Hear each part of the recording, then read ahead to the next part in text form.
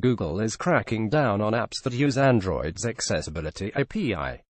Even though the APIs have been around for years without any kind of rules about usage, Google has now started telling developers that using the Accessibility API for anything other than helping users with disabilities will result in a ban from the Play Store. As first reported by XDA developers, a number of app developers have received an email from Google in regard to their accessibility app.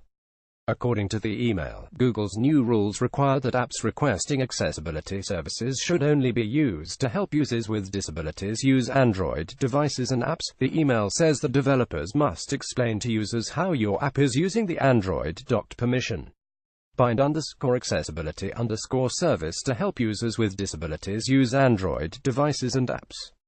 Google says that if developers don't comply with the new policy within 30 days, their app will be removed from the Play Store. Google's new policy will hurt a large swath of power user apps.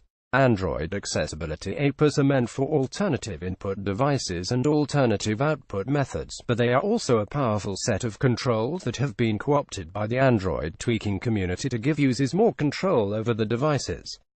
If you want to write a powerful Android app and don't want to modify your phone for root access, tapping into the Accessibility API is the next best thing.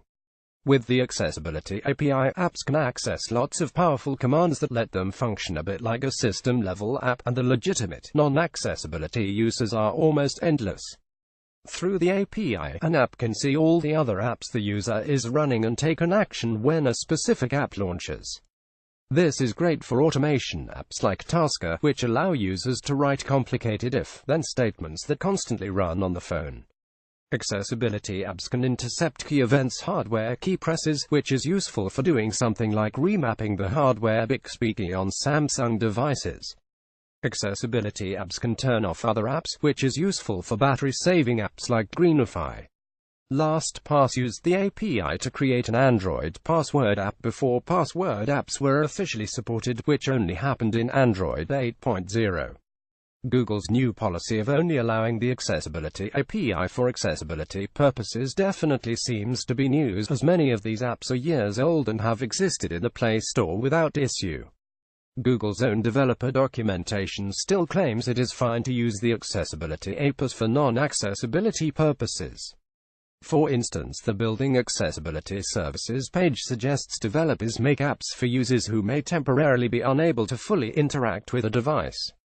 The page even lists some non-accessibility examples for the Accessibility API, like assisting users who are driving, taking care of a young child, or attending a very loud party might need additional or alternative interface feedback.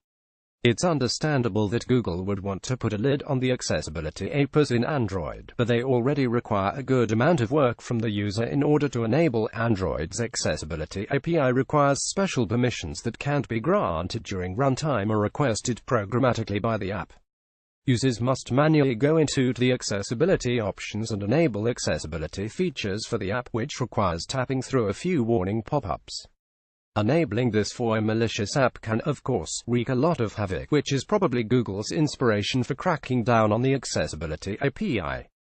Google's sudden policy change seems like it will also reduce the functionality of myriad useful apps and could outright kill others. Some developers are attempting to come up with workarounds, but, for the most part, nothing on Android compares with the Accessibility APIs.